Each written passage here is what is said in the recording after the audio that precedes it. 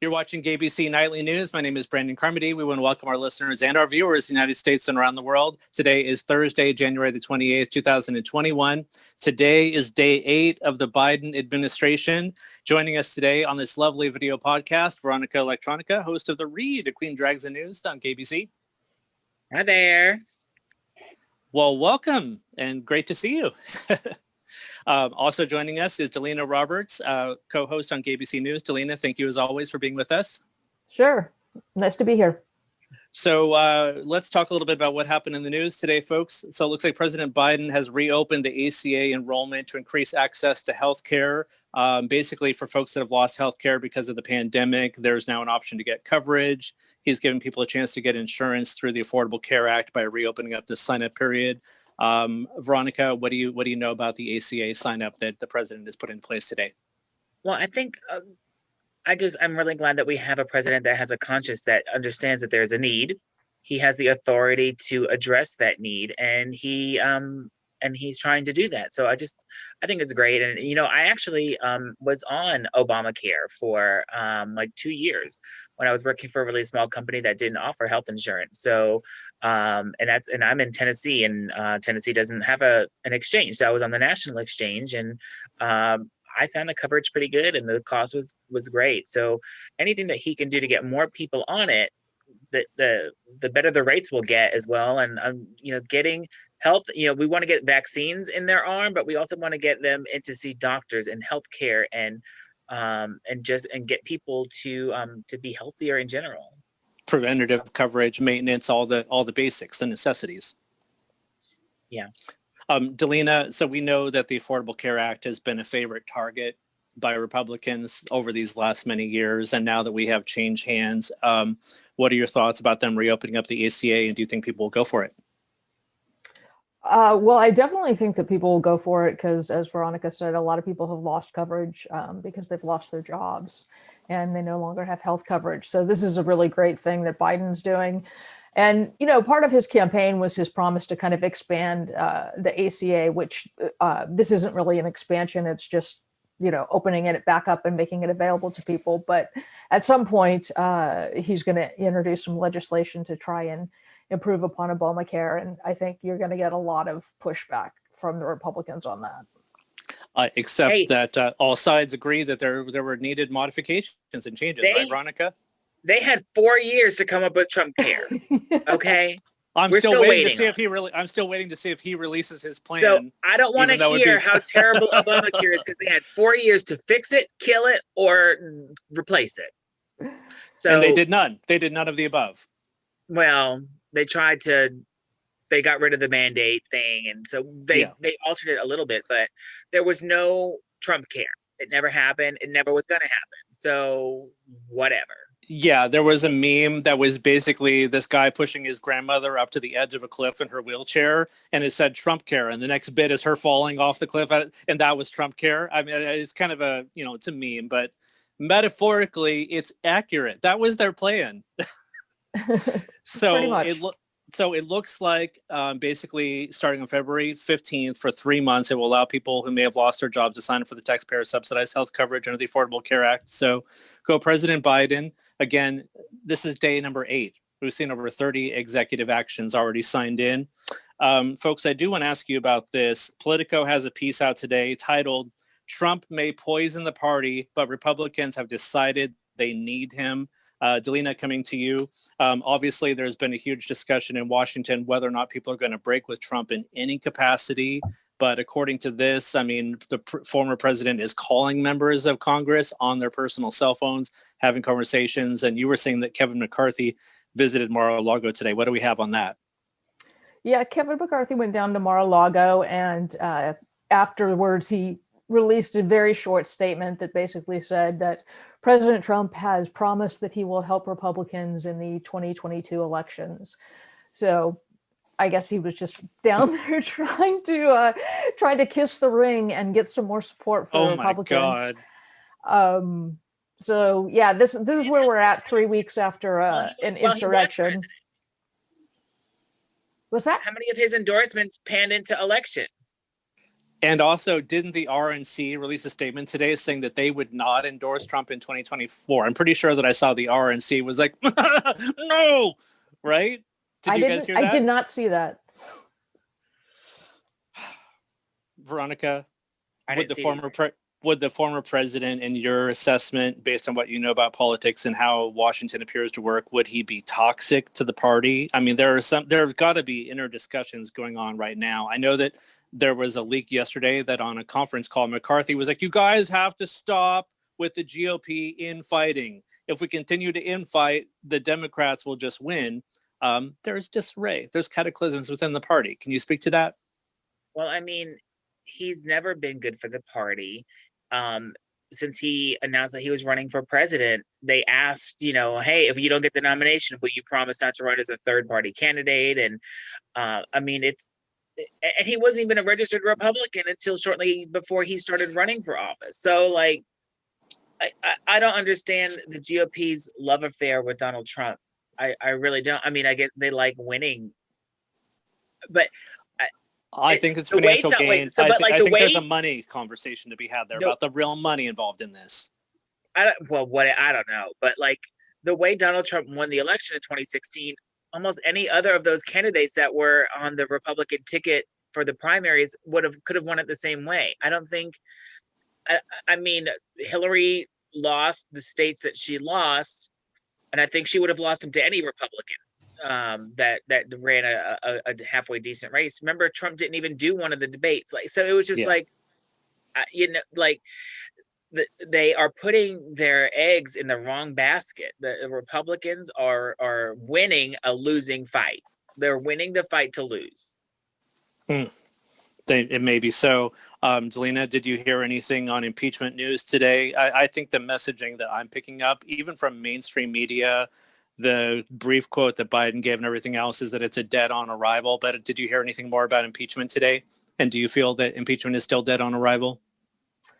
I didn't hear anything new today. I know they had a vote in the Senate yesterday, which was a little confusing because it was actually a vote to table a motion, not a vote on the actual issue. But about the constitutionality, right? Yeah, so 45 of the senators voted that they did not want to table the motion. They wanted to argue about the constitutionality, and everyone else in the Senate said, no, we want to table this. We don't want to argue about it right now, which a lot of people took to be, reading the tea leaves of no one in the Senate is, maybe 5 people in the Senate are going to support impeachment as far as the Republican side goes. But I think it still remains to be seen. There's more and more information coming out about the insurrection every single day. And I think it's going to be very damning once all that information is made available to the American public. Yes, and she, who we will not name, there's a certain congressman in the House of Representatives that's very controversial, that is all over the news today. There's even a video out of her chasing down David Hogg, the Parkland shooting survivor. So there are multiple people calling for her ouster. Also on my radar today, apparently AOC had a brief smackdown of Ted Cruz on Twitter, talking about, basically, if you're going to talk out both sides of your mouth, but yet come and try to kill us in Congress, you should resign. You guys hearing anything more about the AOC Ted Cruz debate? I know that there's increased scrutiny and high interest in Josh Hawley, Ted Cruz, and any of the supposed seditionists. Veronika, to you, they're going to continue to be on the radar as long as they're still there. Nancy Pelosi and Chuck Schumer really need to come out with a game plan of how they want to address members of Congress like that, because that's who we need to hear from. We need to find out, are we going to allow them to continue to be poisonous and treacherous the way that they have been, or are we going to identify the issues and the dangers that they possess and formally, verbally, and publicly chastise them for it, or are we just going to keep going with the news cycle? I'm really looking forward to Chuck Schumer and Nancy Pelosi really just kind of taking control of the situation with those prospective members. And I would really like to hear Mitch McConnell and the House Minority Leader give their insights on it. And I would like to hear what the constituents of those individual members of Congress have to say about it, because they could vote for a recall as well. There's just a lot going on. Sure. On your point there, Speaker Nancy Pelosi on Thursday unloaded on House GOP leaders for elevating freshman rep redacted her name. We don't like to say it. Basically putting pressure on her not to seat her on the House Education Committee. She was about to be on committee. Are you guys freaking kidding me right now? We're going to literally have an Alex Jones level conspiracy theorist who thought that Sandy Hook was a hoax on a committee in Congress. This is untenable. And all the broadcasts that I listen to are calling this untenable. Well, not just on any committee, on the Education Committee. Ugh. It's a work in progress. Other things, folks, that I wanted to share with you. So we were back to daily briefings. You have Jen Psaki doing daily briefings from the White House press briefing room. But I also want to read you guys some tweets. It's so great to see, for example, the White House Twitter account. This is from the White House 2 hours ago. We're in the midst of a global pandemic and access to healthcare is more important than ever. Today's action by President Biden will help to ensure everyone receives the care they need. So I'm not even kidding you guys. I'm signed up on all the mailing lists, on all the press lists, right? So the White House was sending me emails during the Trump administration briefly. But to be honest with you, after the election, it stopped. And I was like, what, did I get blocked? Did I say something wrong? No. They stopped their press briefings and they stopped caring. They stopped sending out announcements. So all of a sudden, day one, the Biden administration, like by 3 p.m., I got an email from them. I'm like, the Trump people really weren't sending anything out to the list. So these are great. Kamala Harris, families and businesses need our help now. That's why POTUS and I are calling on Congress to pass the American Rescue Plan, which gets people vaccinated, provides resources so that schools can safely reopen, gets economic relief to individuals, and helps small business. Delina, to you real quick. The president, of course, on his 8th day right now, 30 executive orders. What do we think about the president thus far? And are we going to transition at some point from executive order to legislating?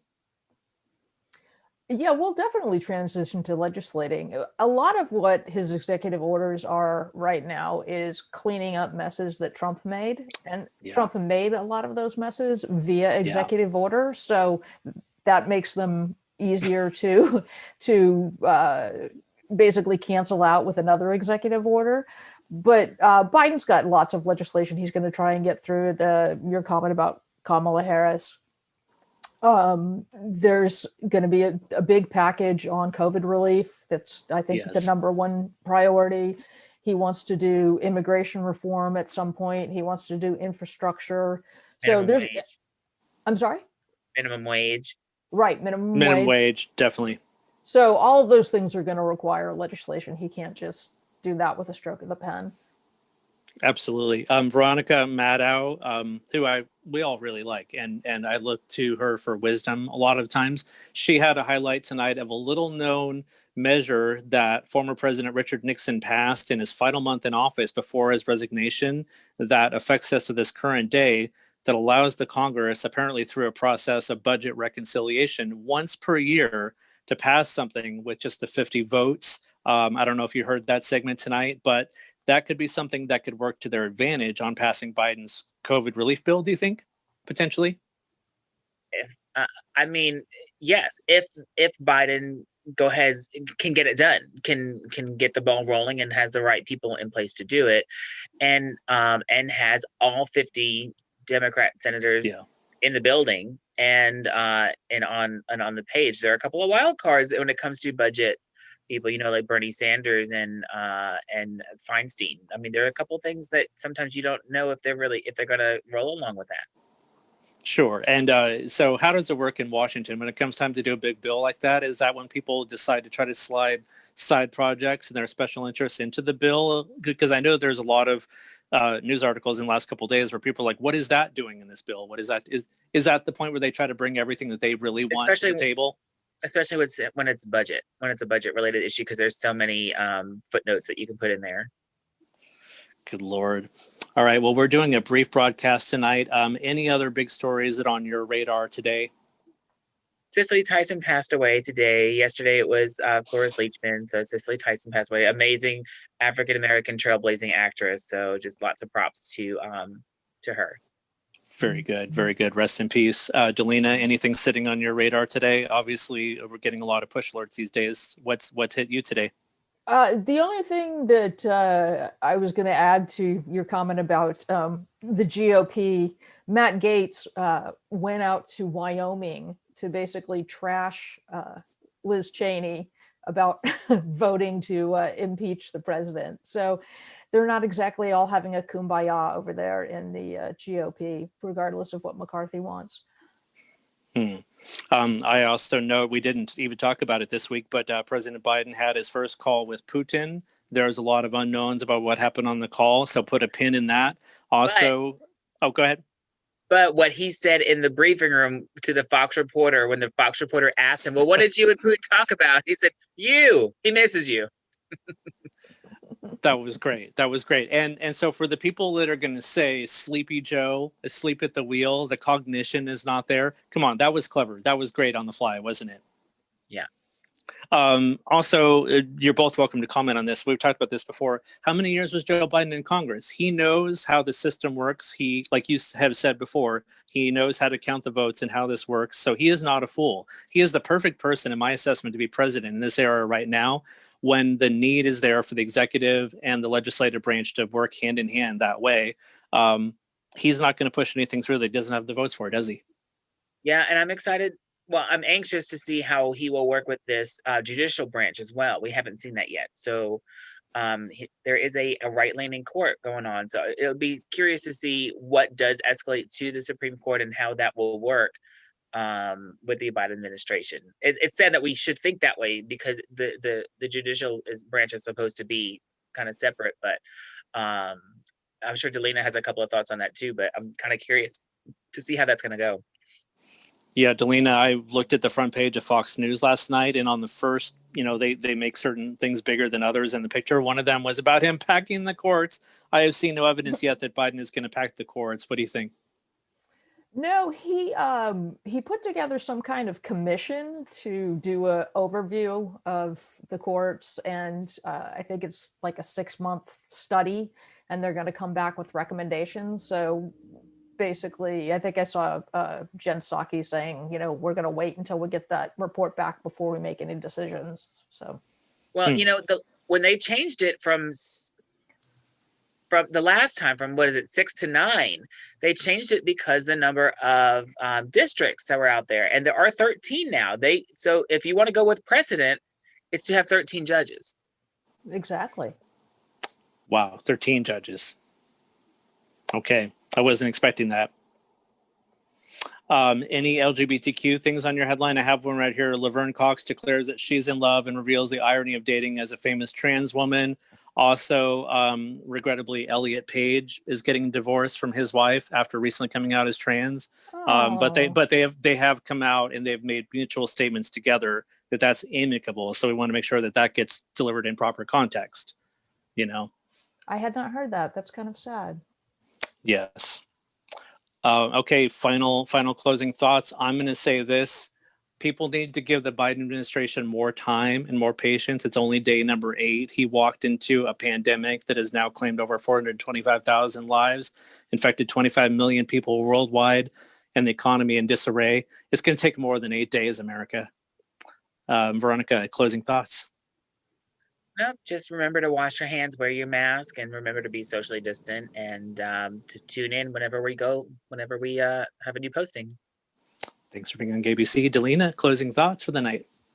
No, I'm just keeping my eye on what's going to happen with the impeachment and the insurrection. So I'm looking forward to more information about that. And stay tuned on that, America. Thank you to our wonderful panel from GAYBC News, Veronika, Electronika, Delina Roberts, and I am Brendan Carmody, signing off. America, have a great evening.